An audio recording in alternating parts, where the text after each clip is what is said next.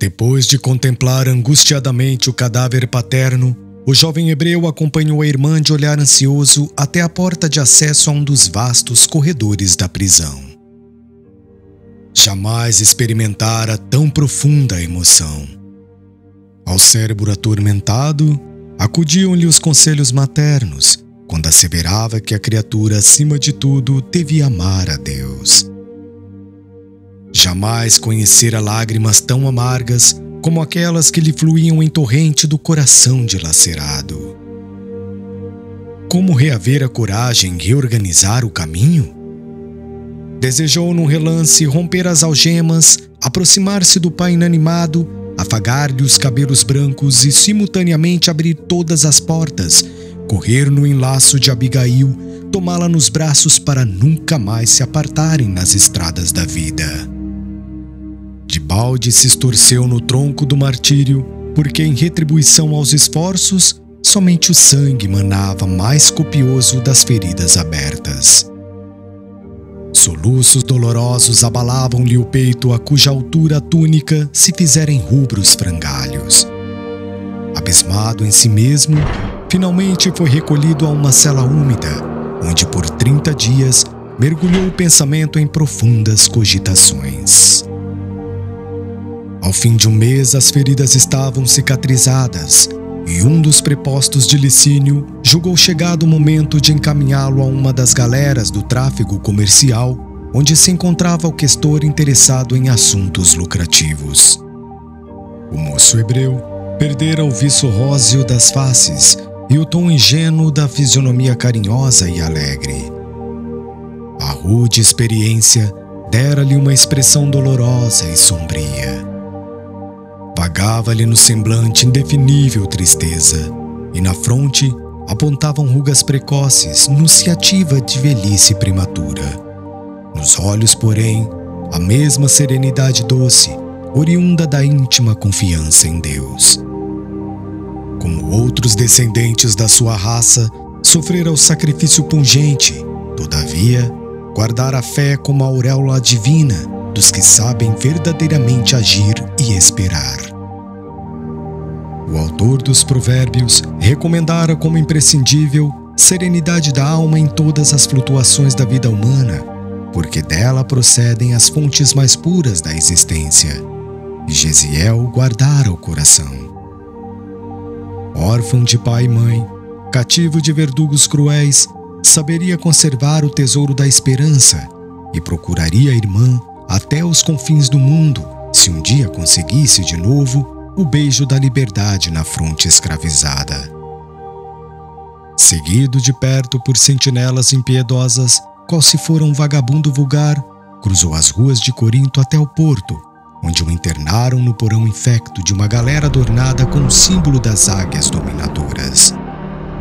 Reduzido à mísera condição de condenado a trabalhos perpétuos, enfrentou a nova situação cheio de confiança e humildade. Foi com admiração que o feitor Lisipo anotou-lhe a boa conduta e o esforço nobre e generoso.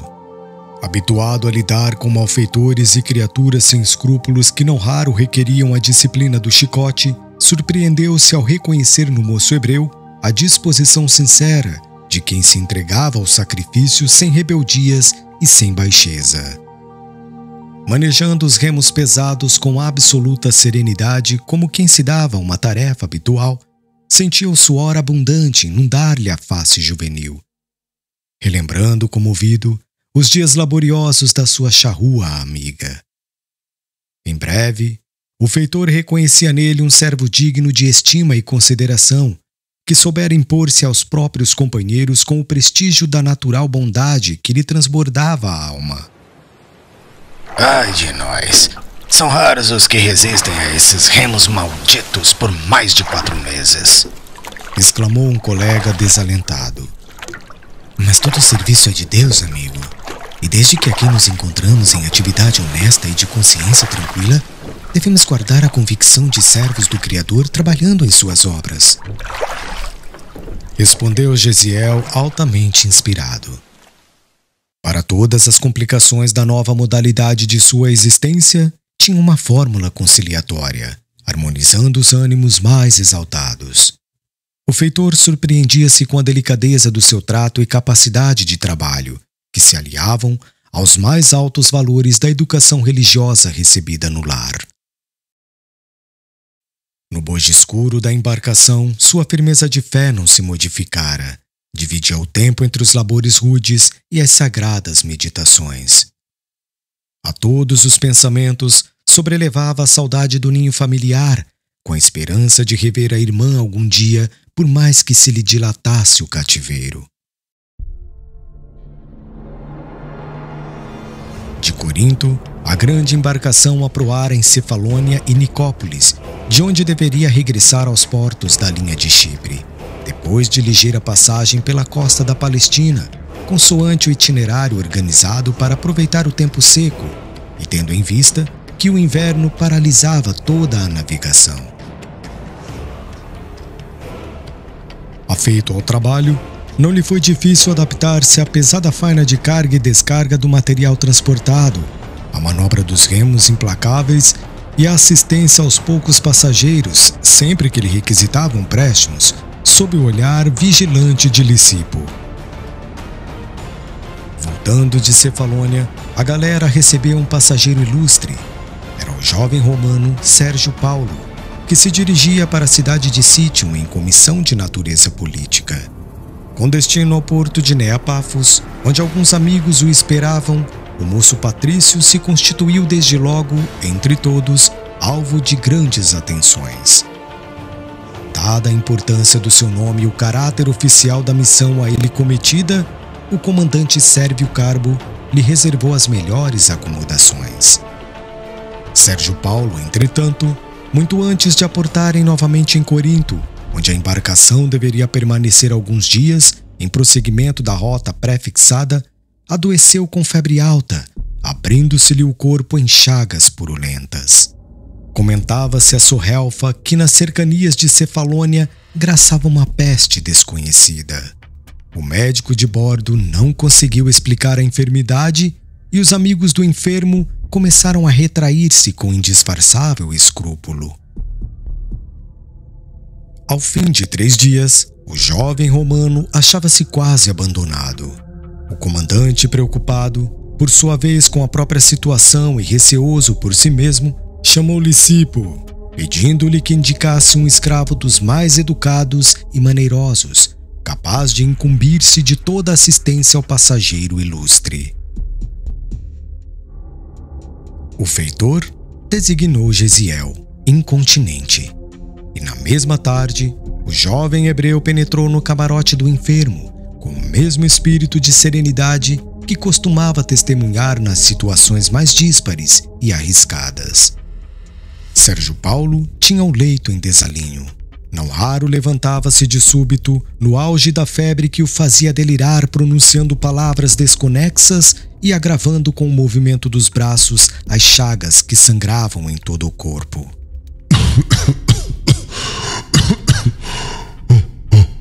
Quem és tu?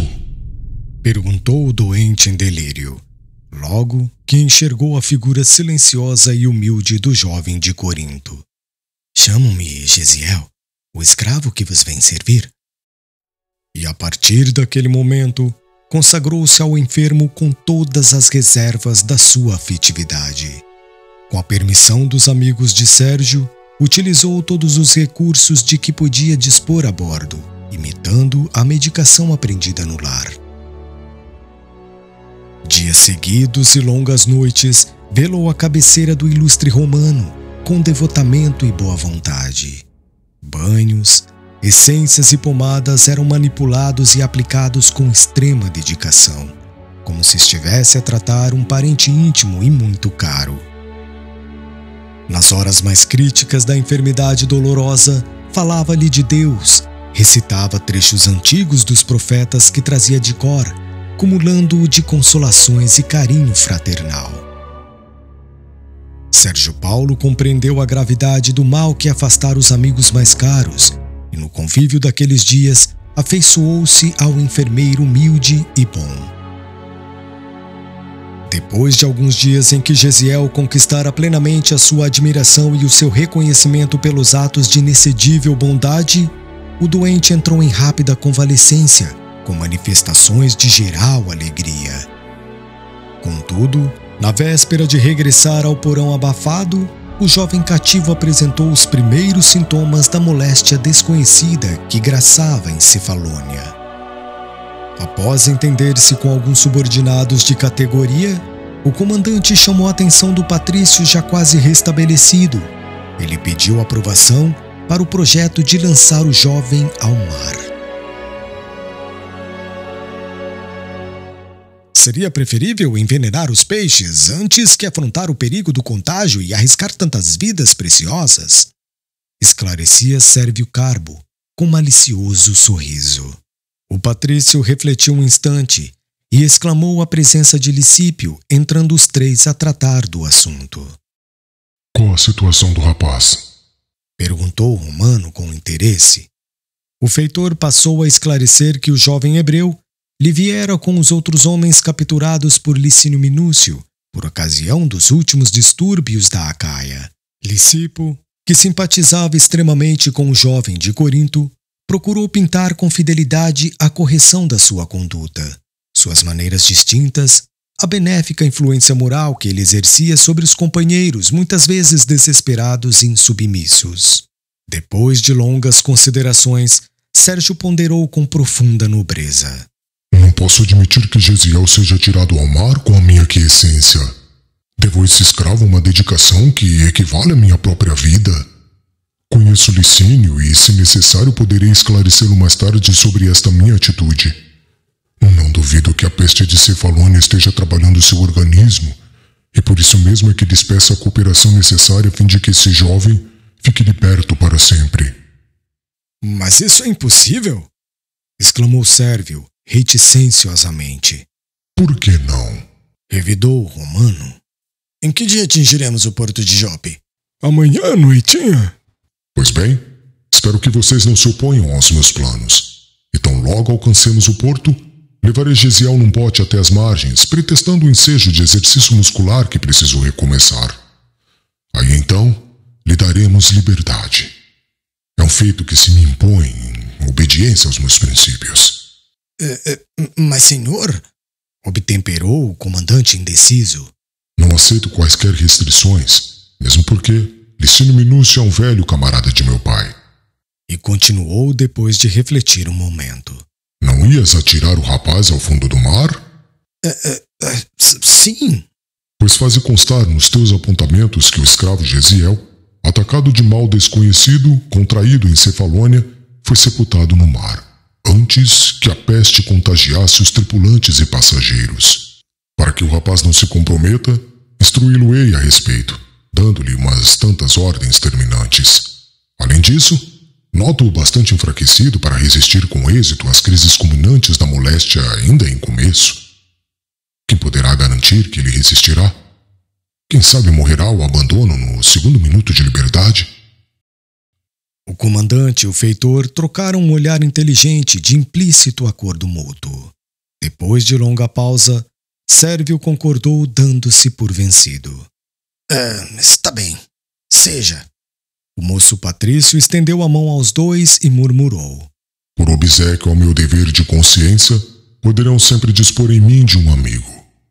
Daí a instantes, Sérgio acercou-se do jovem semi-adormecido junto de seu camarote e, já tomado de febre em começo de explosão, dirigiu-lhe a palavra com delicadeza e bondade.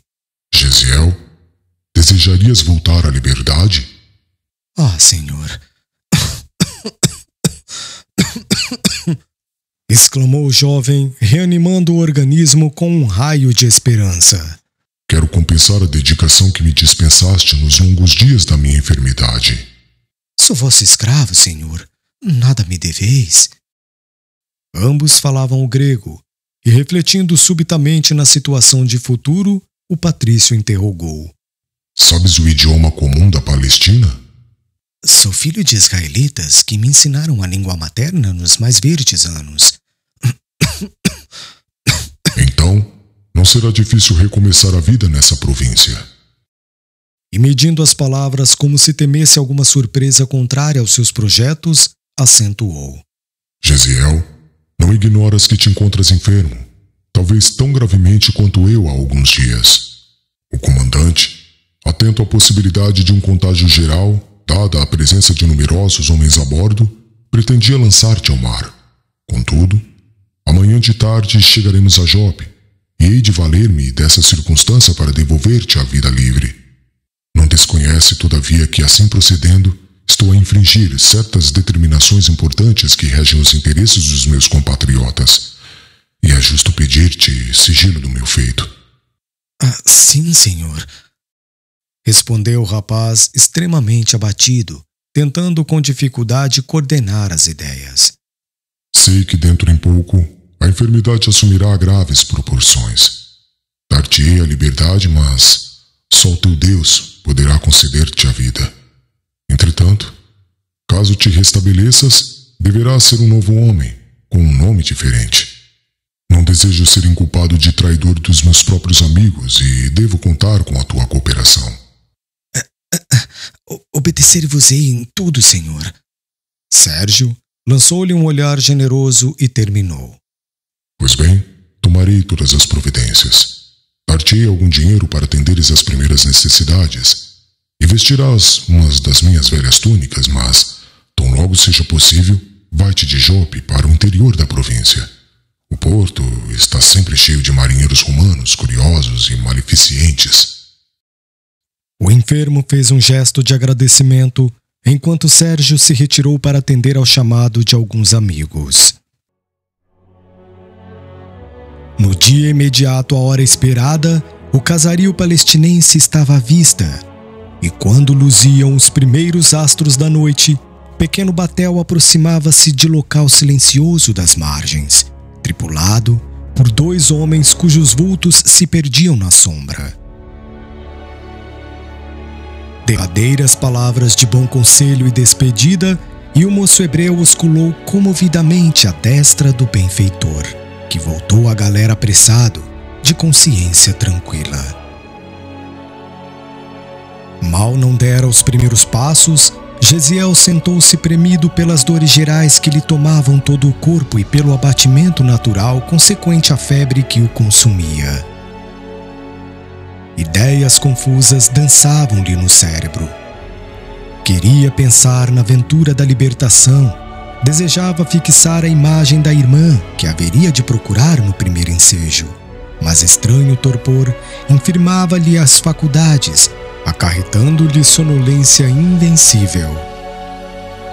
Olhou indiferente as estrelas que povoavam a noite refrescada pelas brisas marinhas.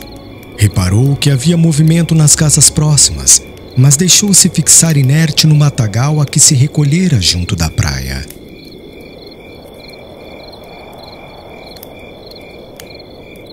Pesadelos estranhos dominavam-lhe o repouso físico, enquanto o vento lhe acariciava a fronte febril. De madrugada, acordou ao contato de mãos desconhecidas que lhe revistavam atrevidamente os bolsos da túnica. Abrindo os olhos estremunhado, notou que os primeiros clarões da alvorada listravam os horizontes. Um homem de fisionomia sagaz inclinava-se para ele procurando alguma coisa, com ansiedade que o moço hebreu adivinhou de pronto, convencido de haver topado com um desses malfeitores comuns, ávidos da bolsa alheia. Estremeceu e fez um movimento involuntário, observando que o assaltante inesperado alçara a mão direita, empunhando o instrumento na iminência de exterminar-lhe a vida. "Não me mates, amigo", balbuciou com voz trêmula. A essas palavras ditas comovedoramente, o humilhante susteve o golpe homicida. "Dar-vos-ei todo o dinheiro que possuo", rematou o rapaz com tristeza.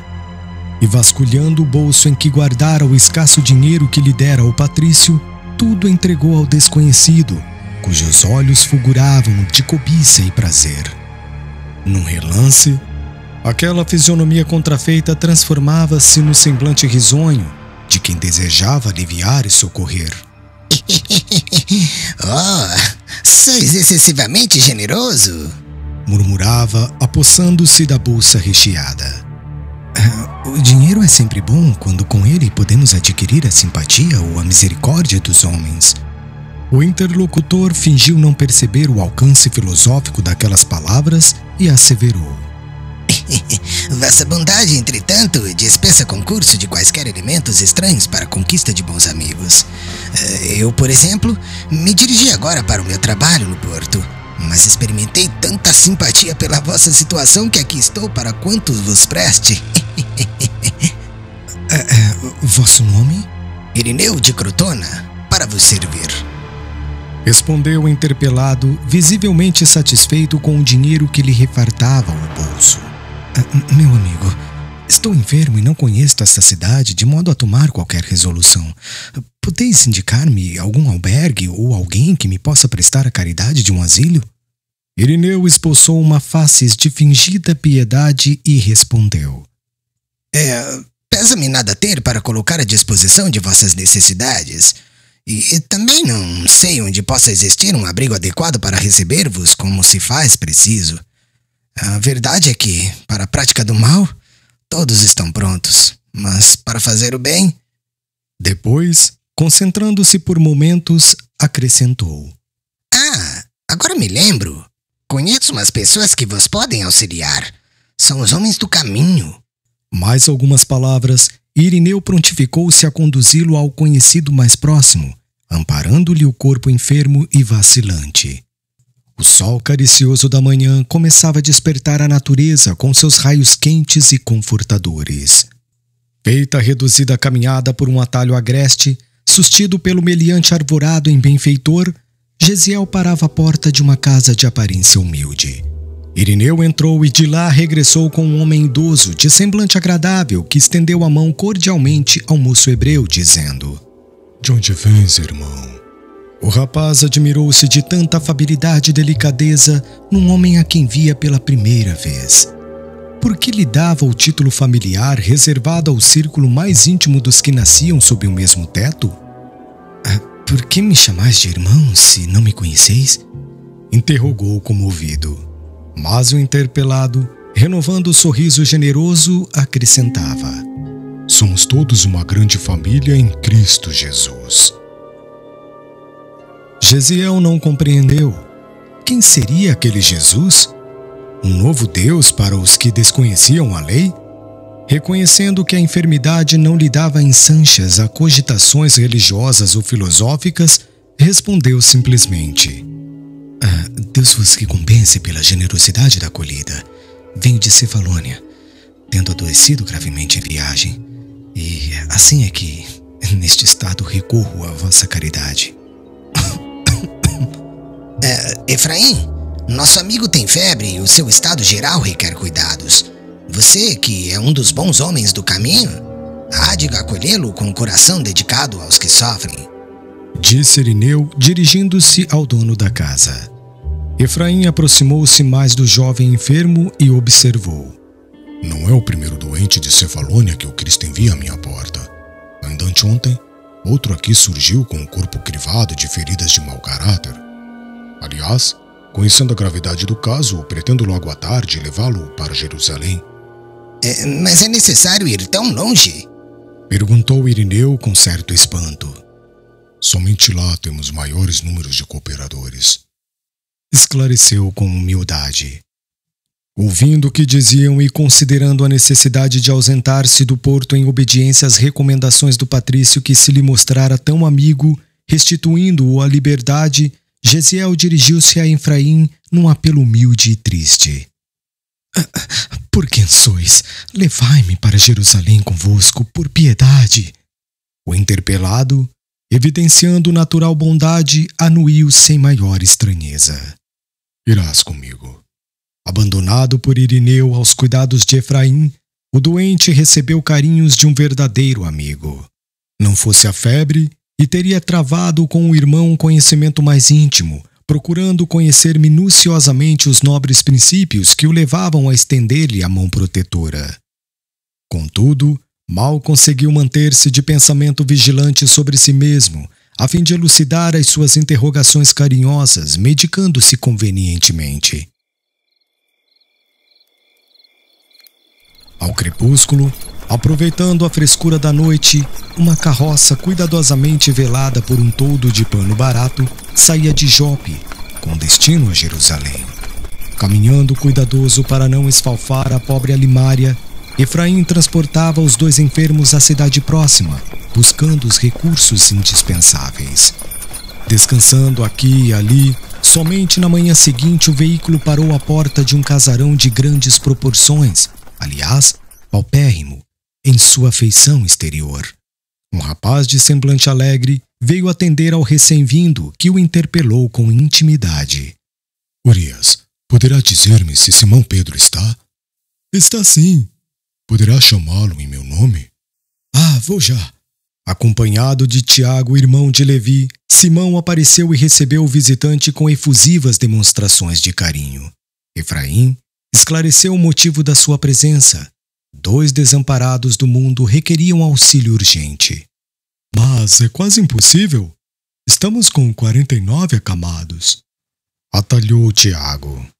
Pedro esboçou um sorriso generoso e obtemperou. Ora, Tiago, se estivéssemos pescando, seria justo nos eximíssemos desse ou daquele dever que exorbitasse a esfera das obrigações inadiáveis de cada dia junto da família cuja organização vem de Deus?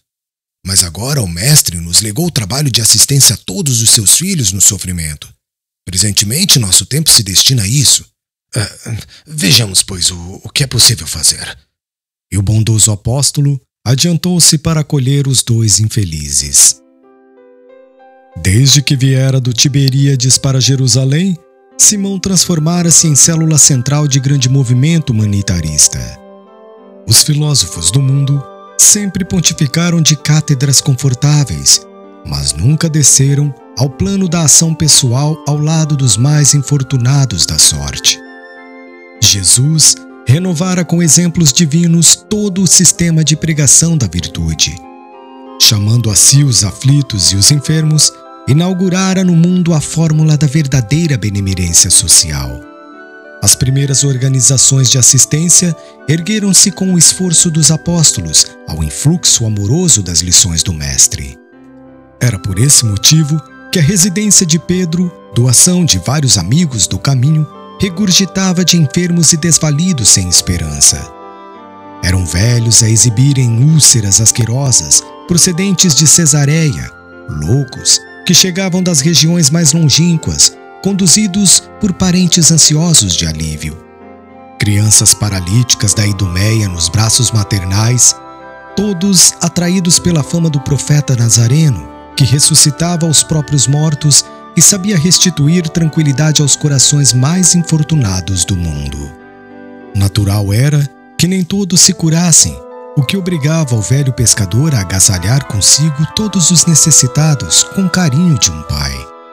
Recolhendo-se ali com a família, era auxiliado particularmente por Tiago, filho de Alfeu, e por João, mas, em breve, Filipe e suas filhas instalavam-se igualmente em Jerusalém, cooperando no grande esforço fraternal.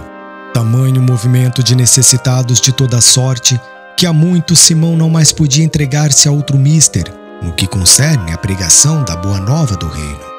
A dilatação desses místeres vinculara o antigo discípulo aos maiores núcleos do judaísmo dominante. Obrigado a valer-se do socorro dos elementos mais notáveis da cidade, Pedro sentia-se cada vez mais escravo dos seus amigos benfeitores e dos seus pobres beneficiados, acorridos de toda parte, em grau de recurso supremo ao seu espírito de discípulo abnegado e sincero.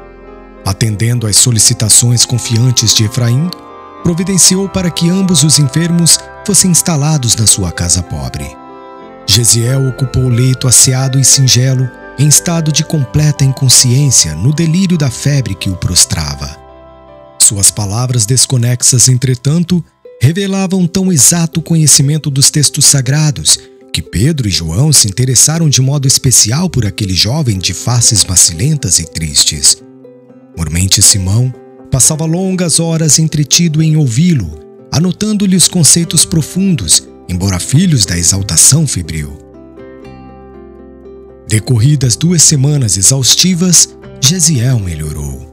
reharmonizando as próprias faculdades para melhor analisar e sentir a nova situação. Afeiçoara-se a Pedro como um filho afetuoso ao legítimo pai, notando-lhe o carinho de leito em leito, de necessitado a necessitado. O moço hebreu experimentava deliciosa e íntima surpresa. O ex-pescador de Cafarnaum, relativamente moço ainda, era o exemplo vivo da renúncia fraterna. Tão logo convalescente, Gesiel foi transferido a ambiente mais calmo, à sombra amena de vetustas tamareiras que circundavam a velha casa. Entre ambos, estabelecera-se desde os primeiros dias a corrente magnética das grandes atrações afetivas. Nessa manhã, as observações amáveis sucediam-se não obstante a justa curiosidade que lhe pairava na alma a respeito do interessante hóspede. Simão ainda não tinha logrado o ensejo de um intercâmbio de ideias mais íntimos, de maneira a sondar-lhe os pensamentos, inteirando-se dos seus sentimentos e da sua origem. Ao sopro generoso da aragem matinal, sob as árvores frondosas, o apóstolo criou ânimo e, a certa altura, depois de distrair o convalescente com alguns ditos afetuosos, buscou penetrar-lhe o mistério cuidadosamente. Amigo, agora que Deus te restituiu a saúde preciosa, regozijo-me por haver recebido tua visita em nossa casa. Nosso júbilo é sincero, pois que, nos mínimos detalhes da tua permanência entre nós, revelastes a condição espiritual de um filho legítimo dos lares organizados com Deus, pelo conhecimento que tens dos textos sagrados. E tanto me impressionei com as tuas referências a Isaías quando deliravas com febre alta que desejaria saber de que tribo descendes. Gesiel compreendeu que aquele amigo sincero, antes irmão carinhoso nas horas mais críticas da enfermidade, desejava conhecê-lo melhor, identificá-lo íntima e profundamente com a delicada argúcia psicológica. Achou justo e considerou que não devia desprezar o amparo de um coração verdadeiramente fraterno para o acendramento das próprias energias espirituais. Meu pai era filho dos arredores de Sebaste e descendia da tribo de Issacar, esclareceu atencioso. E era tão altamente dedicado ao estudo de Isaías? Estudava sinceramente todo o Testamento, sem preferências, talvez de ordem particular. A mim, porém, Isaías sempre me impressionou profundamente pela beleza das promessas divinas de que foi portador, anunciando-nos o Messias, cuja vinda tenho meditado desde a infância. Simão Pedro esboçou um sorriso de viva satisfação e disse: Mas não sabes que o Messias já veio?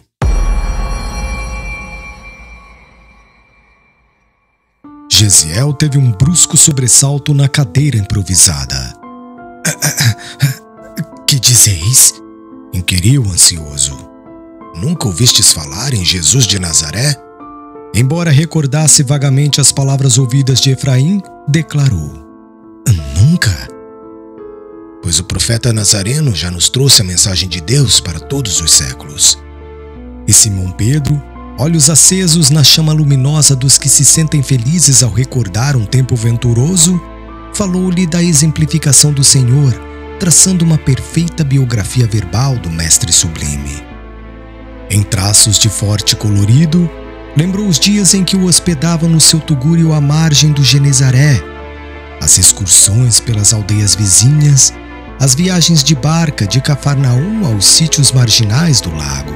Era de se lhe ver a emoção intraduzível da voz, a alegria interior com que rememorava os feitos e prédicas junto ao lago marulhoso, acariciado pelo vento, a poesia e a suavidade dos crepúsculos vespertinos. A imaginação viva do apóstolo sabia tecer comentários judiciosos e brilhantes ao evocar um leproso curado, um cego que recuperava a vista, uma criancinha doente prestes restabelecida.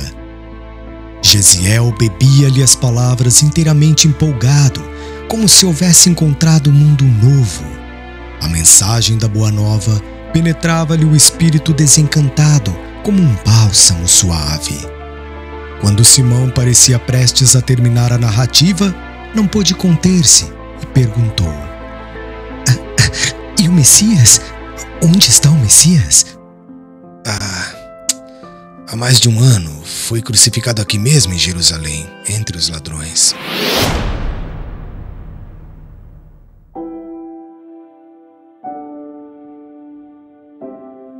Em seguida, passou a enumerar os martírios pungentes, as dolorosas ingratidões de que o Mestre fora vítima, os ensinos derradeiros e a gloriosa ressurreição do 3º dia.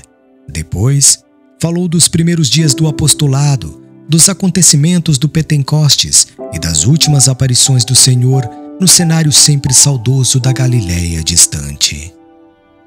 Gesiel tinha as pupilas úmidas. Aquelas revelações sensibilizavam-lhe o coração como se houvesse conhecido o profeta de Nazaré. E ligando o perfil deste aos textos que retinha de cor, enunciou quase em voz alta, como se falasse consigo mesmo. Levantar-se-á como um arbusto verde na ingratidão de um solo árido, carregado de opróbrios e abandonado dos homens. Coberto de ignomínias, não merecerá consideração. Será ele quem carregará o fardo pesado de nossas culpas e sofrimentos, tomando sobre si todas as nossas dores. Parecerá um homem vergado sob a cólera de Deus. Humilhado e ferido, deixar-se-á conduzir como um cordeiro, mas, desde o instante em que oferecer sua vida, os interesses do Eterno hão de prosperar em suas mãos.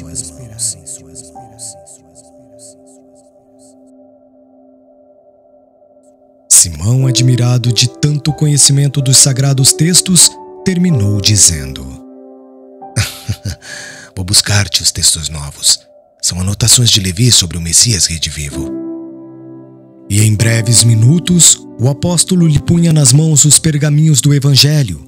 Gesiel não leu, devorou. Assinalou em voz alta uma a uma todas as passagens da narrativa, seguido pela atenção de Pedro, intimamente satisfeito. Terminada a rápida análise, o jovem advertiu: Encontrei o tesouro da minha vida. Preciso examiná-lo com mais vagar. Quero saturar-me da sua luz, pois aqui presinto a chave de todos os enigmas humanos. Quase em lágrimas, leu o Sermão da Montanha, secundado pelas comovedoras lembranças de Pedro. Em seguida, ambos passaram a comparar os ensinamentos do Cristo com os profetas que o anunciavam. O jovem hebreu estava comovidíssimo e queria conhecer os mínimos episódios da vida do Mestre. Simão procurava satisfazê-lo, edificado e satisfeito. O generoso amigo de Jesus, tão incompreendido em Jerusalém, experimentava uma alegria orgulhosa por haver encontrado um jovem que se entusiasmava com os exemplos e ensinamentos do Mestre incomparável. Desde que dei acordo de mim em vossa casa, verifiquei que participais de princípios que me não são conhecidos. Tanta preocupação em amparar os desfavorecidos da sorte representa uma lição nova para minha alma.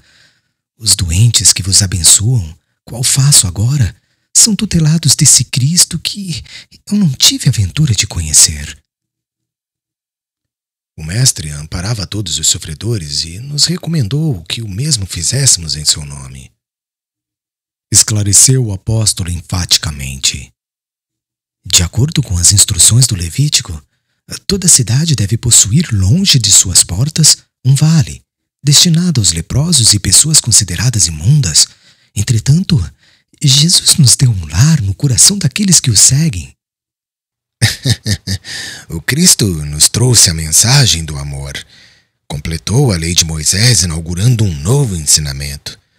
A lei antiga é justiça, mas o Evangelho é o amor, ao passo que o código do passado preceituava o olho por olho, dente por dente. O Messias ensinou que devemos perdoar 70 vezes 7 e que se alguém quiser tirar-nos a túnica, devemos dar-lhe também a capa. Gesiel sensibilizou-se e chorou. Aquele Cristo amoroso e bom, suspenso na cruz da ignomínia humana, era a personificação de todos os heroísmos do mundo. Como se aliviava ao analisá-lo. sentia-se bem por não haver reagido contra o despotismo de que fora vítima. Cristo era o Filho de Deus e não desdenhara o sofrimento. Seu cálice transbordava, e Pedro lhe fazia sentir que nos instantes mais acerbos, aquele mestre desconhecido e humilde no mundo sabia transmitir a lição da coragem, da renúncia e da vida. Como exemplo do seu amor, ali estava aquele homem simples e carinhoso, que lhe chamava de irmão, que o acolhia como pai dedicado. O rapaz lembrou seus últimos dias em Corinto e chorou longamente. Foi aí que, abrindo o coração, tomou as mãos de Pedro e contou-lhe toda a sua tragédia, sem nada omitir e rogando-lhe conselhos. Finalizando a narrativa, acrescentou comovido: Revelastes-me a luz do mundo. Perdoai-me, pois, se vos revelo meus sofrimentos, que devem ser justos. Tendes no coração as claridades da palavra do Salvador e haveis de inspirar minha pobre vida. O apóstolo abraçou e murmurou: Julgo prudente guardares o anonimato, pois Jerusalém regurgita de romanos e não seria justo comprometer o generoso amigo que te restituiu a liberdade. Teu caso, entretanto, não é novo, meu amigo. Estou nesta cidade há quase 1 ano, e por estes leitos singelos têm passado as mais singulares criaturas. Eu, que era um paupérrimo pescador, tenho adquirido ampla experiência do mundo nestes poucos meses. A estas portas têm batido homens esfarrapados que foram políticos importantes, mulheres leprosas que foram quase rainhas.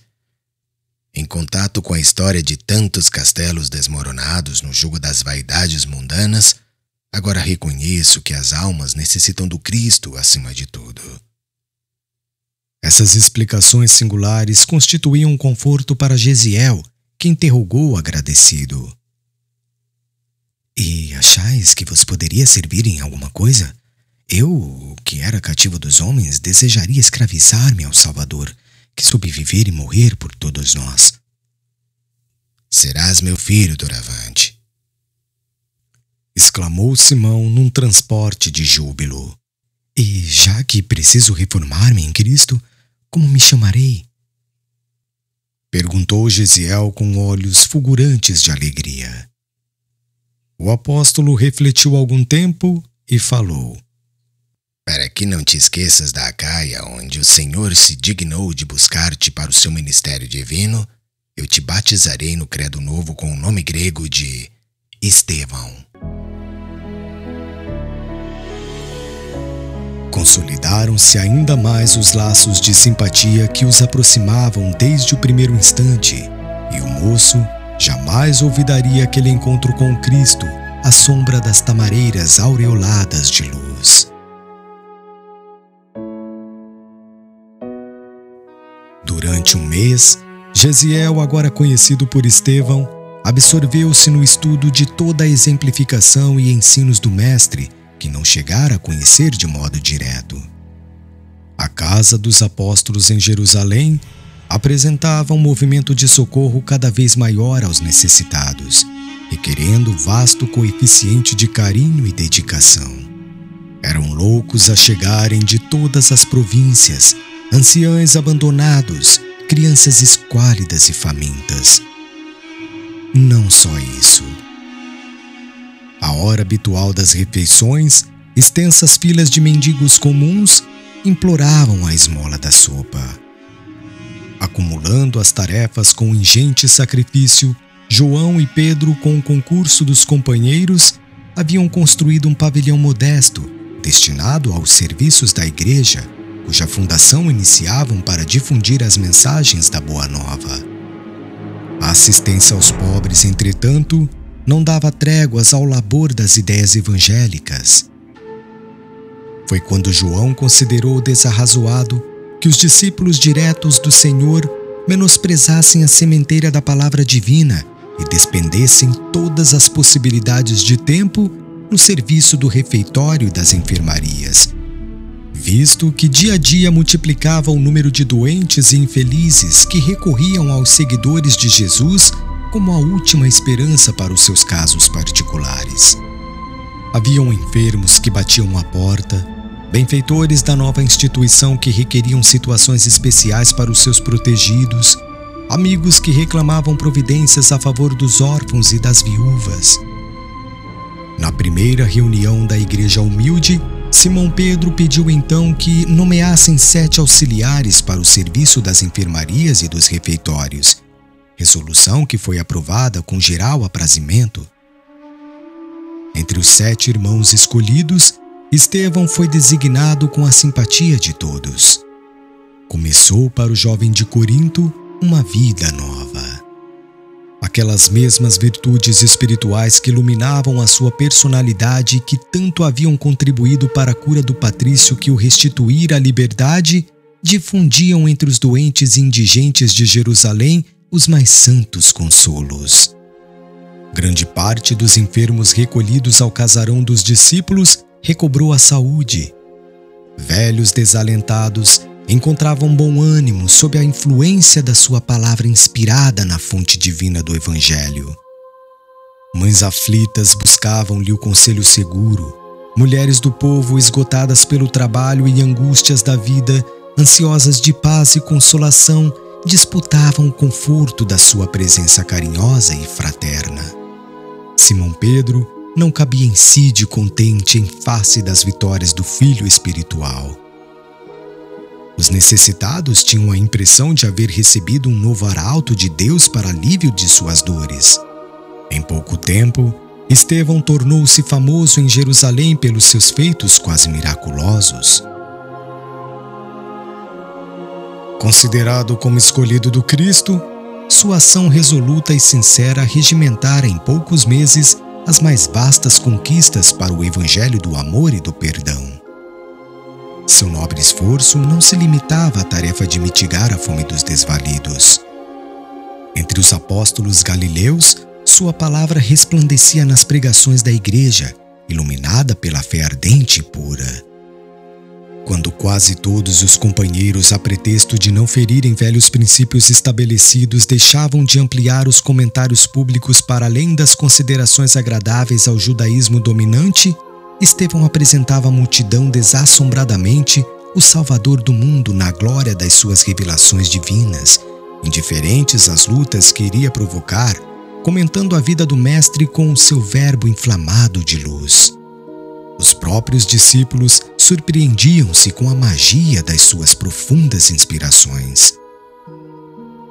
Alma temperada na forja sublime do sofrimento, sua pregação estava cheia de lágrimas e alegrias, de apelos e aspirações. Em poucos meses, seu nome era aureolado de uma veneração surpreendente. E ao fim do dia, quando chegavam as orações da noite, o moço de Corinto, ao lado de Pedro e João, falava das suas visões e das suas esperanças, cheio do espírito daquele mestre adorável, que por intermédio do seu evangelho lhe semeara no coração as estrelas abençoadas de um júbilo infinito.